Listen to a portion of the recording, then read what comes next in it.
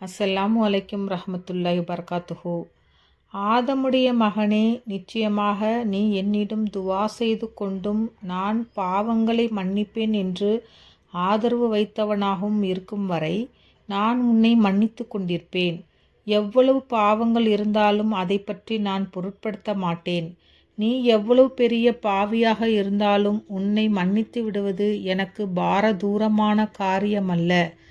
ஆதமுடைய மகனே, உன் பாவங்கள் வானத்தை எட்டும் அளவு இருந்து பிறகு நீ என்னிடம் மன்னிப்பை வேண்டினாலும் உன்னை நான் மன்னித்து விடுவேன்.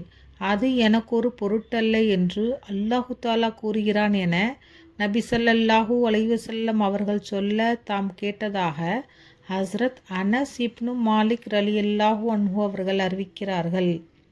ஓர் அடியான் பாவம் செய்துவிட்டு பிறகு கை சேதப்பட்டு, என் இரட்சகா, நான் பாவம் செய்துவிட்டேன், என்னை நீ மன்னித்துவிடு என்று சொன்னால், பாவங்களை மன்னிக்கும் ஓர் இறைவன் இருக்கிறான், அவன் பாவங்களுக்காக தண்டிக்கவும் செய்வான் மன்னிக்கவும் செய்வான் என்று என் அடியான் அறிந்துள்ளானா?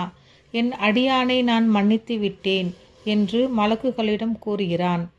பிறகு அல்லாஹு தாலா நாடும் வரை அவன் பாவத்தை விட்டும் தவிர்த்திருக்கிறான். பிறகு மீண்டும் ஒரு பாவத்தை செய்துவிட்டு கை சேதப்பட்டு, என் இரட்சகனே, நான் இன்னும் ஒரு பாவத்தை செய்துவிட்டேன், அதையும் நீ மன்னிப்பாயாக என்று சொன்னால், பாவங்களை மன்னிக்கும் ஒரு இறைவன் இருக்கிறான், அவன் பாவங்களுக்காக தண்டிக்கவும் செய்வான் மன்னிக்கவும் செய்வான் என்பதை என் அடியான் அறிந்துள்ளானா? நான் என் அடியானை மன்னித்து விட்டேன் என்று மலக்குகளிடம் கூறுகிறான். பிறகு அல்லாஹு தாலா நாடும் வரை பாவம் செய்வதை விட்டும் தவிர்த்திருந்தார். மீண்டும் ஏதாவது ஒரு பாவத்தை செய்துவிட்டு கை சேதப்பட்டு, இரட்சகனே, நான் மீண்டும் ஒரு பாவம் செய்துவிட்டேன், அதையும் மன்னிப்பாயாக என்று அவன் சொன்னால், பாவங்களை மன்னிக்கும் ஒரு இறைவன் இருக்கிறான், அவன் பாவங்களுக்காக தண்டிக்கும் செய்வான் மன்னிக்கும் செய்வான் என்பதை என் அடியான் அறிந்து இருக்கிறானா? நான் என் அடியானை 3வது முறையும் மன்னித்து விட்டேன், இனி அவன் விருப்பப்படி செய்து கொள்ளட்டும்.